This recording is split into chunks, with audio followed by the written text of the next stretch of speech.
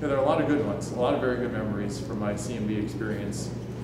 I think that the single moment that I remember the most is when we played Carolina, North Carolina, on a Thursday night, the first year of the band. It was probably early in the season, September or October. I don't remember how well the team was doing at the time, but it was a Thursday night ESPN game. And I would have been marching out of the tunnel in the band, heading to our opening set. And I remember seeing the Sky Cam, or whatever it's called, for ESPN, the camera that flies over the stadium. And this was relatively new technology at the time. And the Sky Cam sort of zoomed over our heads. I don't know if it was 10 feet or 20 feet above the top of our heads. And it was just, wow, this is really cool. We are here on the field, ESPN, the CMB is in the spotlight. So that was a cool moment, just to feel like we were part of a special Thursday night sports scene. I remember practices a lot, trying to figure it out, lose the band. I can't remember any specific moments, but you lose the band, get the tap on the podium, start over, come down, let me conduct it. I remember things like that. I remember traveling. I vividly remember when we would have a longer bus trip, we would organize a guessing game, shall we call it, as far as when we were going to arrive at the destination. And I can't say if there was any money on the line for this or not, but we would solicit bids from around the bus as far as when we were going to get there. And if you had 20 or 30 people participating, there could be a reasonable pot of pride, shall we say, for the winner. And as one of the drum majors, even section leaders, it was always feared that somehow or other I had influence over this. So I'm organizing the guessing game, and sitting up in front of the bus with Mr. Peace, wait a second, we're stopping at a restaurant here for an hour. Whose idea was this? So I remember organizing that.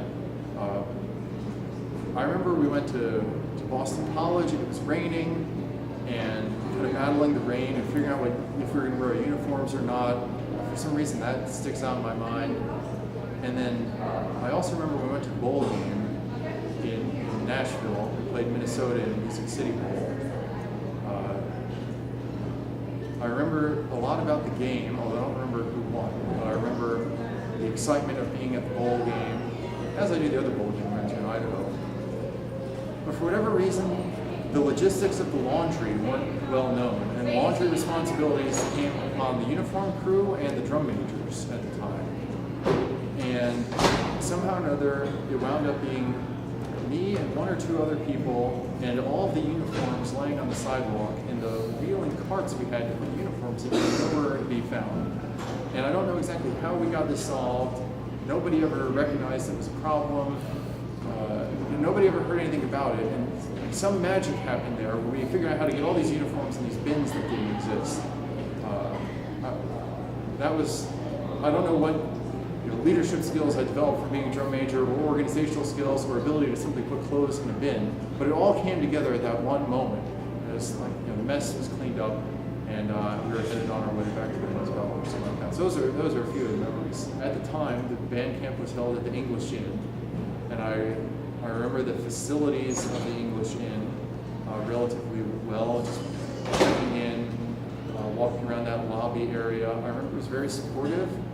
Both when I was new to the band the first time, and then also when I had been in the band and new people coming in, there was a lot of emphasis put on making people feel welcome, maybe even overly welcome. When they first arrived, every parent that walked through, every brother, sister, every band member, they were the best friend of everyone in that room. And I think that was important, because you're coming to UVA not knowing potentially anybody. You're here a week or two ahead of the rest of the student body. So I remember that welcoming spirit. I remember being dressed up like a woman as part of the, we had some sort of contest or game at the end. Maybe it was like a scavenger hunt. I don't know exactly how those two worked together, but I remember I didn't look good, I'll say that. My hair was done up, I had makeup on, I had some sort of low-cut top on. I don't remember the outcome of that, but I do remember being dressed up, and I remember there's a picture of it somewhere. It's good luck finding that one. Yeah, I remember our sectional rehearsals. We'd be stuck in some little corner of the English Inn somewhere. We would make that dining room full of sound with our 10 or 20 trombone players at the time, whatever we had. We were not in any sort of professional studio, so we had a good reverberation going in that room on forte. And I think I remember, I don't know, I'd say those are some of the memories that first come to mind about band camp. I certainly remember traveling on the bus over the field. Yeah, the whole experience, now that we're talking about it, it certainly comes back to me a little bit. Because the whole college marching band scene was new to me, there's some of the subtleties like the Who's shape we would make in the pregame, and then the fact that the H could easily become an S. I thought that was quite clever. Making the V look good pointing at the tunnel, that was pretty important to me to make sure that the letter looked somewhat reasonable.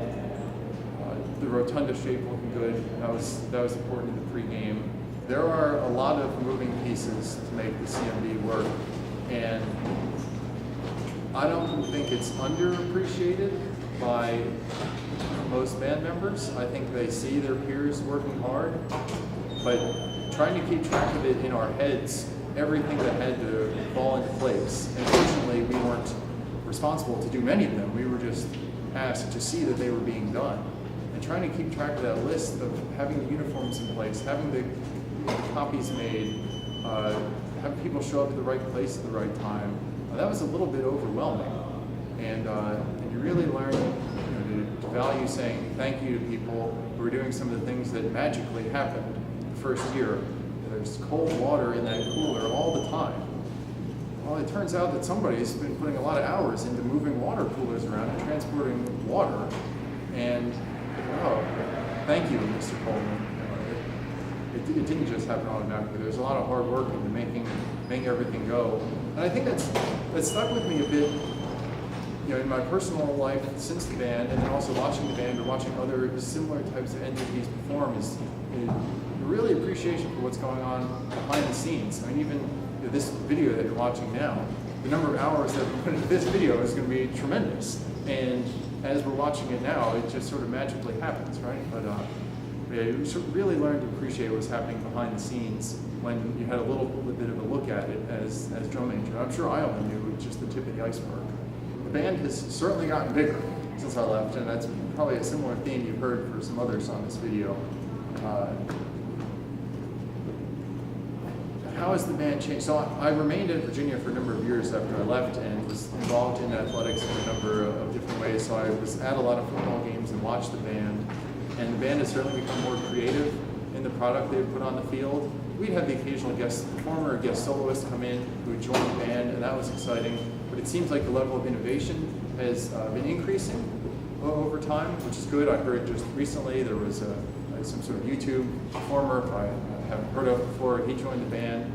A purist may have seen that the band is deviating from some sort of traditional marching band experience. And I don't know if that's good or bad. I would agree that that is probably been the case. If we were to look at the product Virginia is putting on the field compared to a Big Ten band, I think it's a different brand. And the Virginia product is very much focused on entertainment and engaging the crowd. And I don't think you can argue with that as a motivating factor for doing what you're doing. It seems like the performers in the band have a lot of fun. I think we had fun when we were in the band as well, but it certainly seems like they're having a good time now. And I can't even imagine how the scale of the operations has grown as the number of people involved has grown. The band still sounds great. It must sound 5 million times better than it did when we were there. And I thought it was the world's greatest performing organization when I was in it. But I'll still hear the band on the radio or on television, and the sound is quite excellent. And that, as a person who came from a music performing, I don't want to say background, but I had a lot of experience in that. It's nice to hear that the quality has remained high in terms of the sound of the instruments. The year I played trombone in the band, trombone and baritones were combined into one section. And I had actually played baritone in high school one year, and I wished I told Peace that I wanted to play baritone here, because I thought it was a more beautiful, melodic sound than trombone. And he said, no, we need our trombone players. And it doesn't matter how that worked out. I was more than happy to play trombone, but I do remember we were understaffed in those instruments, and for us, it was kind of a fun challenge, was to see if we could make up for the lost bodies in terms of the air we were putting into the instrument. And that was fun, trying to match the needed volume. I think the next year the two sections did split up as the personnel grew, and now it seems like there are 800 trombones and baritone players out there. Some other sort of observations I'll make is I was amazed at the instrumentation that we had. The gift that was made to start the marching band was a scale that I don't even think I still understand, and certainly didn't understand at the time. But it was really cool being out there with all those new instruments, seeing them across the board, all the silver, all the new drums. That was very, very special. And the students in the band today still have that opportunity because of continued gifts and donations in support of the program. I just heard recently an athletic coach talking about sort of dressing for success, and that was part of the product. And having those instruments and those sharp uniforms, it really made you want to perform at a high level. So I like that. I like that a lot. As I've been on the job market recently in the academic community, I've had to think about this a little bit. How has the CMB impacted me as a professional researcher, academic? And I think it helped a lot with organization.